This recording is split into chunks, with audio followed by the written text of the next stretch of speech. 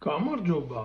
რა დღეში ხართ ეს კუანა ქალები და კუანა კაცები? ჯერ ერთი სად ვთქვი მე, რომ აი ეს მზია ამაღლობელი ციხეში უნდა იჯდეს და კარგია, რომ ციხეში ზის მზია ამაღლობელი და ასე შემდეგ. მე ვთქვი, რომ არის დამნაშავე, მაგრამ ეს არ ნიშნავს იმას, რომ მზია ამაღლობელი ციხეში იჯდეს. ციხეში ნამდვილად არ უნდა იჯდეს. ციხეში ადამიანი როზის აი ესეთი დანაშაულისთვის, რომელიც ნაკლებად მძიმეა, ის კისერზე აწვება საზოგადოებას. და ეს მშიერი ხალხი, რომელიც წელის განმავლობაში 800 ბავშვს ვერ ინახავს და შიმშილით უკვდება გაეროს მონაცემებით, მზია ამაღლობელის ნაირი მუქთახურა, აი აქ აწევს კიდე ზევიდან. ციხეში არ უნდა იჯდეს ნამდვილად რა. მაგისთვის უნდა არსებობდეს კანონმდებლობაში მუხლი, მასეთი დანაშაულისთვის და უნდა დაალაგოს საზოგადოებრივი ტუალეტები. უნდა დახვედროს ქუჩა. უნდა მოაწესრიგოს მწვანე გარემო. აი ესეთ სამსახურში უნდა იქნას მიზიდული ის გამოსასწორებლად. რომ საზოგადოების სისხლი კი არ წოვოს კიდე. საზოგადოებას მოუტანოს სასარგებლო შრომით კეთილდღეობა. აი, რას იმსახურებს მაგი. თორე, აი ეს გამოსირებული ქალები და კაცები რა, ამ ძალადობას რო აპრავებენ. სადმე ვთქვი მე, რომ პოლიცია რო ძალადობს, კარგია, ან არ უნდა დაისაჯოს? სადმე ვთქვი, პირიქით მაგას არ ვიძახი, სულ რომ პოლიცია მოძალადია, ივანიშვილის რეჟიმი მოძალადია, მაგრამ აპრიორში ის თუ მოძალადია, შენ მოძალადე უნდა გახდე? რაში მდგომარეობს საერთოდ ამ ქალის ხელის არტყმა, ხო, ძალოვანი უწყებებისთვის? ვიღაცა გამოსირებულ პოლიციელს კი არ ვიცავ, მე ვიცავ სახელმწიფოებრიობას. და პერსპექტივაში რო უყურებ, რომ ეს არის საშიშროება საზოგადოებისთვის, მაგით ვამბობ, რომ მზია ამაღლობელს დანაშაული აქვს ჩადენილი და ამ დანაშაულისთვის უნდა არსებობდეს სახელმწიფოში სანქცია. და სანქცია უნდა იყოს ის, რომ სამართლებრივად უნდა მიეხედოს ესეთ რაღაც. იქ ძალიან პრობლემაა კანონმდებლობა რო გაუმართავია. მაგრამ რა იყო ამაღლობელის საქციელი? ამაღლობელის საქციელი ის კი არ იყო პოლიციას იმ წუთას მორეოდა, არა. მაგალითი მიეცა სხვებისთვის თუ რა მარტივია პოლიციას დაარტყა ხელი და შეგრჩეს. ანუ ძალადობა მოსულა? ხო და მე ამას გააკეთებდა ბევრი მზია ამაღლობელის ნაირი ნაძირალა. მე ამას გააკეთებდა ახალგაზრდობა. მე შეიქმნებოდა სახე ამ დანაშაულებრივი სინდრომის და სად მიდის საზოგადოება, რაში აღმოჩნდებოდა ჩათრეული. თორე მზია ამაღლობელის ხელის გაქნების ვიზეჟინია. მზია ამაღლობელმა ამ პოლიციის დიდი დასაღამომდე რო ურთხა, შეიძლება ვერც აგრძნობიოს ვერაფერი. ისეთი სკელშუბლაა. პრობლემა უფრო მძიმეშია.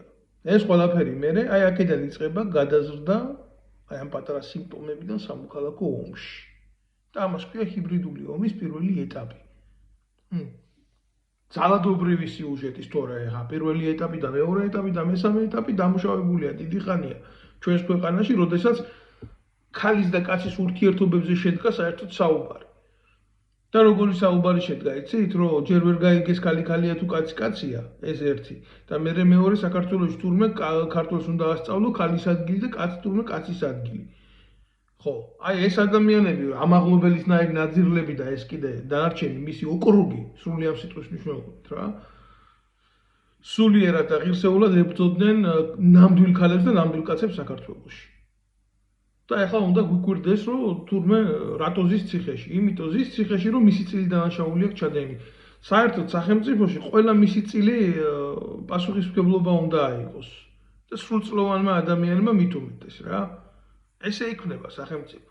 თუმცა მაშინ სახელმწიფო კი არ იქნება, იქნება ბოსელი. აი ეს არის სიმართლე. ბევრს გინდა ახლა გაიგოთ, ბევრს არ გაიგოთ, მაგით თქვენი პირადი პრობლემა არის. მაგით ჩემი პრობლემა არ არის.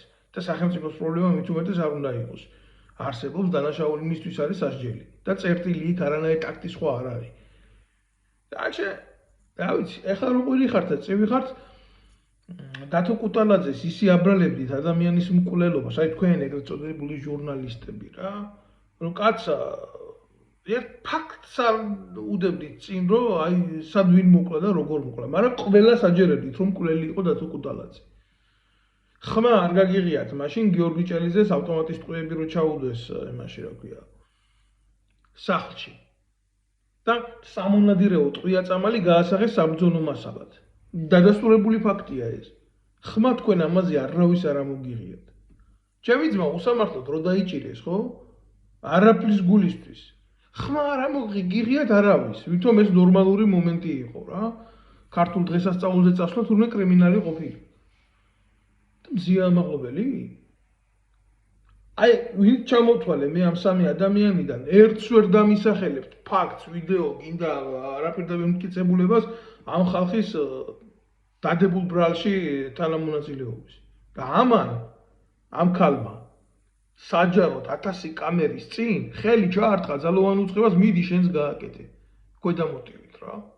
მოდი ერთი ავღელდები მე და იმდენი ვინმეზე მაქვს ხელი დასარტყმელი და იმდენი ვინმეა გამოსასწორებელი რომ და ჩავარტყამ ყველას ასე დავყვები თავის პარლამენტიდან დამთავრებული იმამდე რა ქვია შეერაღებულ ძალებამდე და კიდე ქვევით აგრე რა ჟურნალისტებამდე თუნდაც ხო ვინმე მაპატიებდა მე ამას ეს რო გამოსავალი იყოს გასალახკა შენ და ლე და შენ გამოლე ჟურნალისტი რო ხარ და პრეტენზია გაქვს იმაზე რომ ძალა გაქვს შენი ძალა არის შენი კალამი და შენი სიმართლის თქმა და შენი საგამომძიებლო სტატიები ხო რატო უნდა დაგჭირდეს ჟურნალისტს ხელის ქნება თუ შენი მიზანი არაა ჰიბრიდულ ომში მონაწილეობა და შენი საზოგადოების დანგრევა და წესრიგის დანგრევა ეს არის უბედურება აქ მე უყურებ უფრო სიღრმისეულ პრობლემას ვიდრე ვიღაცა ქალმა კაც ხელი დაარტყა თუმცა კაც რო დაარტყა ქალისთვის ხელი ამას არავინ არ აპატიებდა იქ კი არა რაღაცა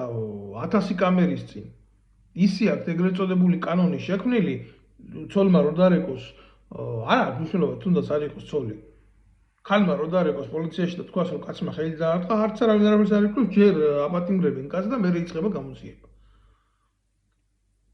აი სად გაიყვანეთ საზოგადოება რა სიმაღლეზე გაიყვანეთ საზოგადოება თქვენი უბედურებით და თქვენი ეგრეთ წოდებული კანონმდებლობით რაშიდაც 7880 ლარი მოიმატა იმ გორილისებრმა არსებამ პაპუაშვილმა, როცა ქვეყანაში 350 ლარია პენსია.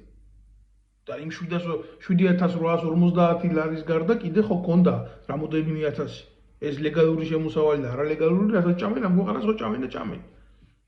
ეს არის სიმართლე. და ძალიან მტკივნეული სიმართლე, ბევრს უარ უნდა ამის გაგონება.